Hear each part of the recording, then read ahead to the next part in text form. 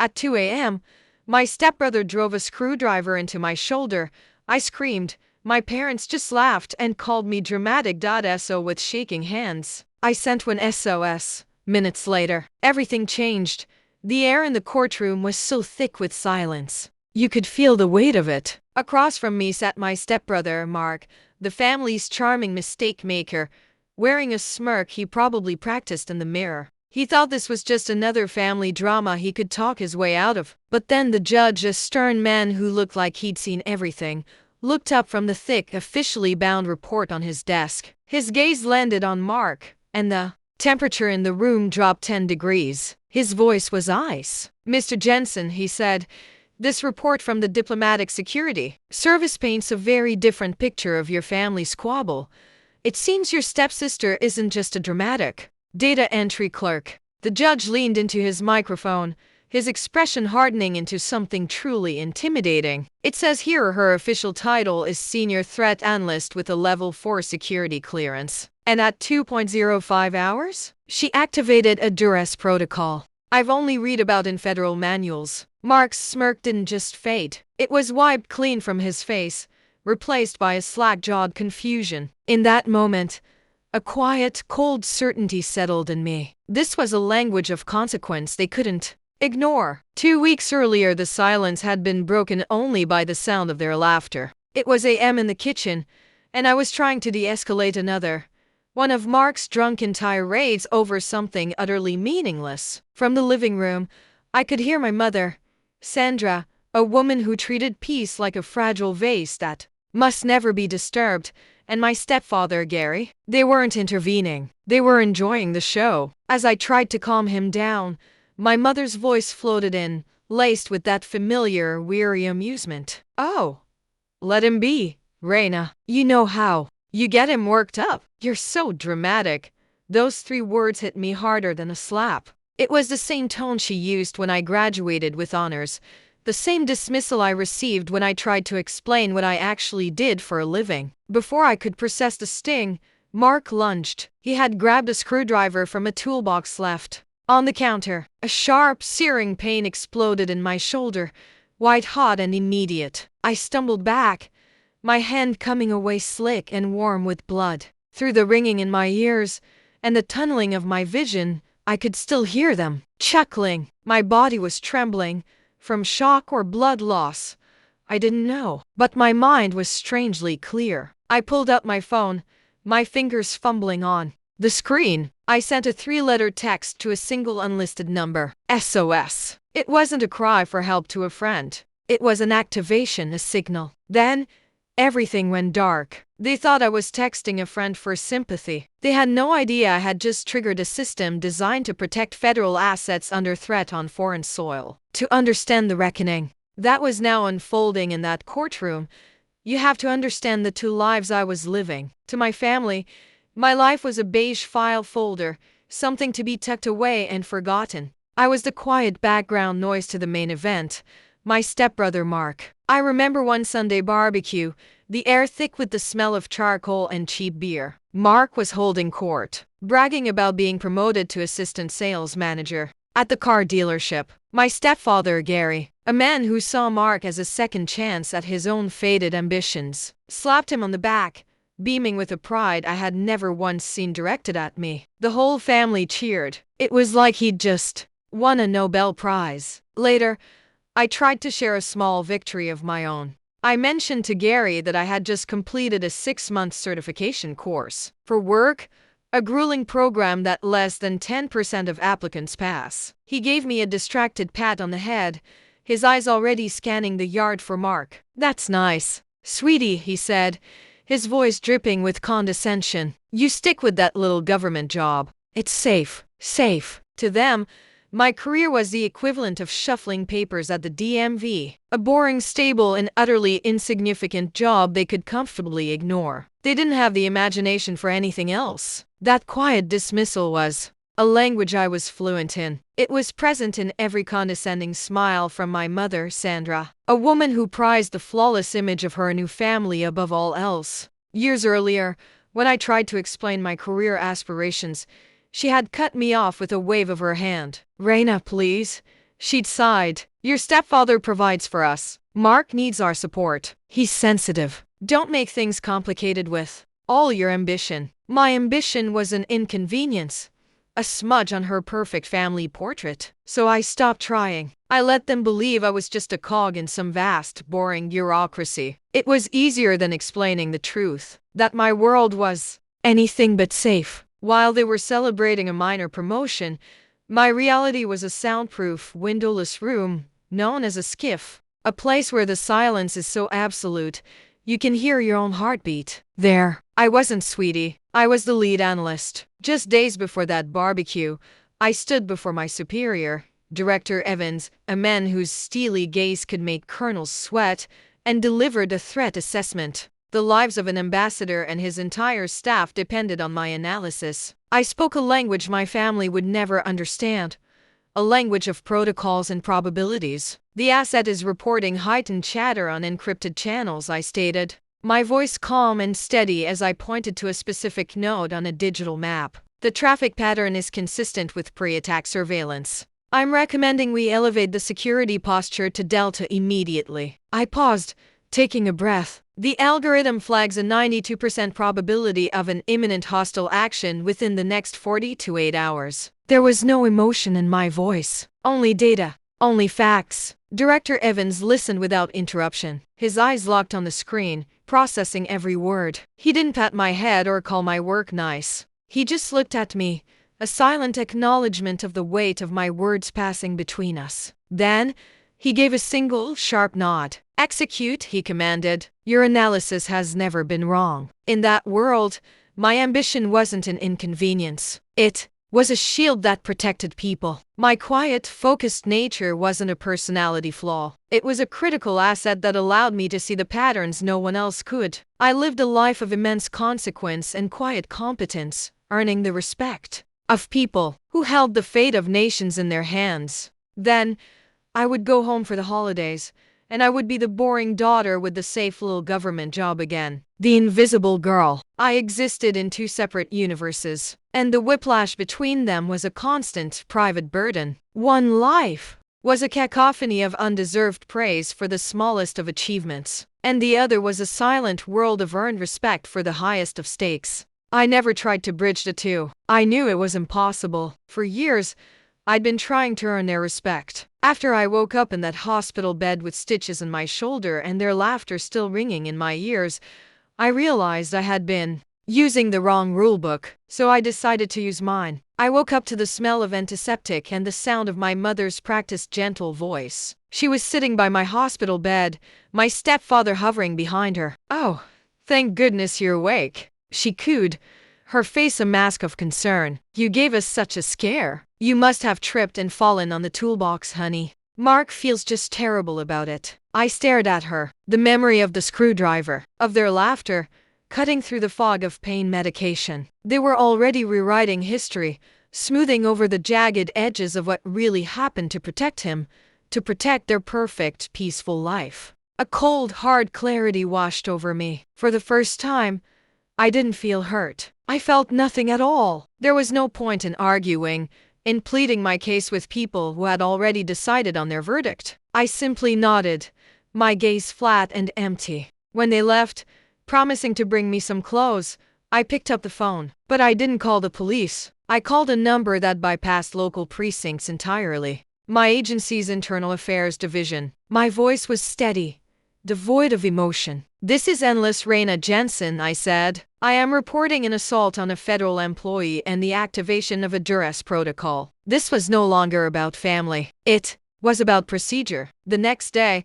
I was visited by a woman from the agency's legal counsel. Her name was Anna, a sharp, no-nonsense lawyer with eyes that seemed to see right through any lie. She wasn't there to offer sympathy. She was there to execute a strategy. She explained that my SOS text wasn't just a message. It was a digital flare that automatically generated a high-priority, time-stamped incident report, logged my precise coordinates, and dispatched a federal wellness check team. The ones who had found me bleeding on the floor and called 911. That report, she told me, was a sealed official document. Our strategy was simple. We would introduce it in court and let the facts speak for themselves. While I was recovering, my family was preparing for a different kind of battle. They hired a cheap local lawyer, the kind you see on daytime television ads. They were gearing up for a messy family drama, ready to paint me as unstable, vindictive, and attention-seeking. They would use my quiet nature against me, twisting it into proof of my supposed fragility. They collected stories of my ambition and my dramatic tendencies, preparing to assassinate my character. They were bringing a knife to a gunfight, and they didn't even know it. While they prepared their insults, Anna and I were preparing subpoenas for 911 call logs and paramedic reports, evidence that would perfectly corroborate every line in my official file. My family arrived in court, armed with anecdotes and insults, ready to put me on trial. They had no idea I was coming armed with the United States government. They thought they were entering a family dispute. In reality, they had just walked into a federal debriefing. The courtroom was exactly as drab and impersonal as I'd imagined. All beige walls and worn wooden benches. I sat beside Anna, my back straight, my expression carefully neutral. Across the aisle, my family was a picture of smug confidence. Mark was whispering with their lawyer, occasionally glancing over at me with a smirk. My mother and stepfather sat right behind him, their posture radiating a kind of protective arrogance. They were here to support their son against his hysterical, exaggerating stepsister. I could almost hear the story they'd rehearsed, the narrative they had all agreed upon. For them, the truth was a matter of consensus, not fact. Their lawyer, a man with a cheap suit and an overly loud voice, stood up to begin. He launched into a character assassination disguised as an opening statement, painting me as an emotionally fragile person with a history of exaggeration. He spoke of my quietness as proof of instability, my desire for privacy as a sign of paranoia. I listened to his words, this fiction they had constructed, and felt a strange sense of detachment. He was describing a person I didn't even know. He was fighting a ghost. I just sat there, my hands folded in my lap, and waited for my turn. I knew my story didn't need to be embellished or defended with emotional appeals. It was already a matter of official record. When he finally finished, Anna stood. She was the complete opposite of him. Calm, precise, and radiating a quiet authority that instantly commanded the room's attention. She didn't raise her voice. She didn't need to. "Your Honor," she said, her tone crisp and professional. "The petitioner would like to submit for the record a certified copy of Diplomatic Security Service Incident, Report 77B. Their lawyer immediately shot to his feet. "Objection? Irrelevant?" he boomed, waving his hand dismissively. "This is a simple family matter, not a federal case." He was trying to keep the battle on his chosen ground of hearsay and personal attacks. He had no idea what was in that binder. The judge, a man who had clearly presided over thousands of these messy disputes, peered over his glasses at the thick sealed document Anna placed on his bench. He ran a finger over the official government seal. His curiosity piqued. "This is highly unusual," he murmured, before looking at their lawyer. "But I'll allow it." Objection overruled. "Let's see what this is." A hush fell over the courtroom as he broke the seal and began to read. I kept my eyes fixed on the judge, watching the subtle shifts in his expression. I saw his eyebrows twitch, then slowly climb his forehead. His lips thinned into a hard line. The longer he read, the more the air of bored routine in the room evaporated, replaced by a palpable electric tension. My family shifted uncomfortably. Mark's smirk had been replaced by a look of nervous confusion. They had expected a shouting match. He said, she said. Battle of wills. They were not prepared for the silent, methodical weight of a federal investigation. After what felt like an eternity, the judge finally looked up from the report. He took off his glasses, rubbing the bridge of his nose as if trying to process what he had just read. He cleared his throat, and when he spoke, his voice was laced with a cold, formal fury that made everyone sit up straighter. He began to read aloud from the report's executive summary. At 2:05 hours, a Level 4 duress protocol was activated by Senior Analyst Raina Jensen. He paused, his eyes finding mine for a brief moment, a flicker of newfound respect in them. My mother's hand flew to her mouth. The title, Senior Analyst, hung in the air, a foreign and impossible concept in their world. The judge continued, his voice growing sterner with every word. Responding federal wellness check team and local paramedics confirmed a puncture wound to the left shoulder consistent with a Phillips head screwdriver. Victim was found semi-conscious, having sustained significant blood loss. He looked up from the page, his gaze locking directly onto my stepbrother. He wasn't looking at the charming, misunderstood boy my parents saw. He was looking at a perpetrator. This report, the judge said, his voice now like granite, which includes satellite-verified timestamps, a full transcript of the 911 call made by the responding federal team, and a sworn declaration from analyst Jensen's commanding officer at the State Department, directly contradicts the defendant's entire testimony. It was as if a bomb had gone off in the silence. Mark's face drained of all color, becoming a pasty, sickly white. My stepfather, Gary, was frozen, his mouth hanging slightly open as he stared at me, then back at the judge, as if trying to solve an impossible equation. But it was my mother's reaction that I will never forget. Her face, which had been a mask of defiant pride, completely crumbled. The words senior analyst and Doris protocol had shattered her carefully constructed reality. She wasn't looking at her dramatic daughter anymore. She was looking at a stranger. A powerful stranger whose life she had never once bothered to understand. The judge's voice cut through their shock. A final, unassailable verdict. Based on this unimpeachable federal document, I am issuing a permanent restraining order. Furthermore, I am referring this entire case to the district attorney's office with a formal recommendation for felony assault charges. My stepfather had always told Mark he was a born winner. But in a world governed by evidence and protocol, the truth always has the final word. The judge's final words hung in the air, absolute and irreversible. As two bailiffs approached a table to escort a stunned and trembling Mark away, the spell of my family's disbelief finally broke. My mother, her face a mess of tears and confusion, tried to rush towards me, my stepfather right behind her. "Raina, wait!" she cried out, her voice cracking. We need to talk." But before they could get close,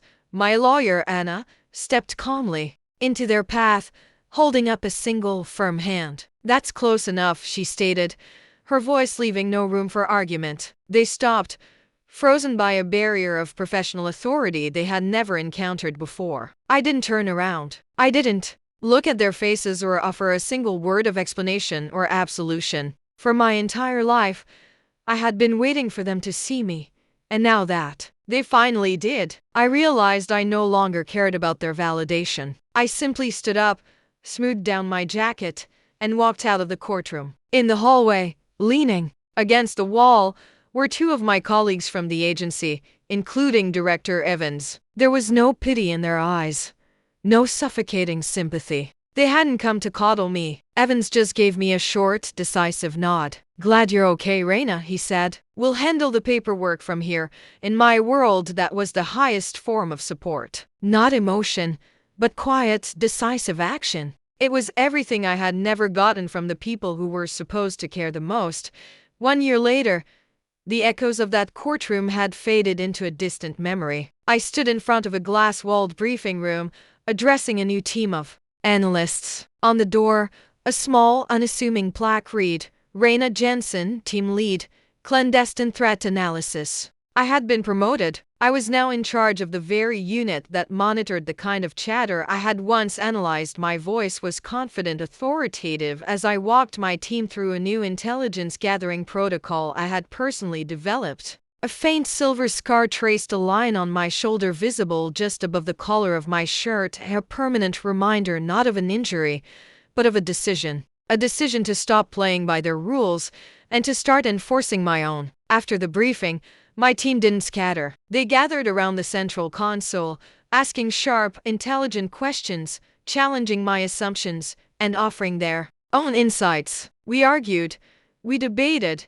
and we laughed, sharing a dark, gallows humor that only people in our line of work could understand. We spoke a shared language of acronyms and security clearances, a shorthand built on a foundation of mutual respect and proven competence. There was no need for dramatic displays of affection or hollow words of praise. Their respect was evident in the way they listened when I spoke, and the trust they placed in my judgment. This was my family now, a family I hadn't been born into, but one I had earned, a family that saw my ambition, not as an inconvenience, but as our greatest asset. Late one evening, as I was finishing a report in my office, an email notification popped up on my personal device. The subject line was stark. "From your mother?" For a moment, I just stared at it. I felt a flicker of the old obligation, the ghost of a daughter's duty. Curiosity, more than anything else, made me click it open. It was a long, rambling message,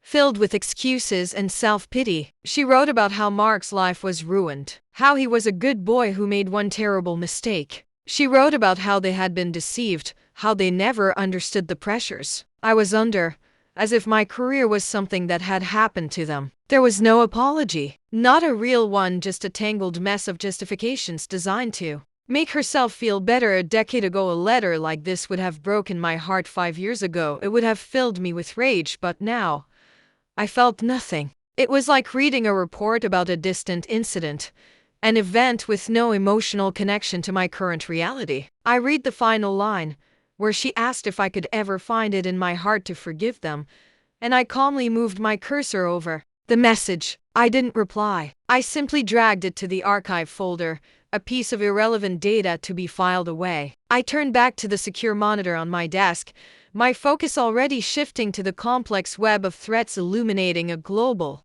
map. The past was a closed file. The future was my jurisdiction. My family saw me as a footnote in their story, but my work was about protecting the people who write history. They finally fell silent when they realized I was one of them. If you've ever had to use your professional voice to silence the critics in your personal life, share your story below. In this community, your expertise is always recognized.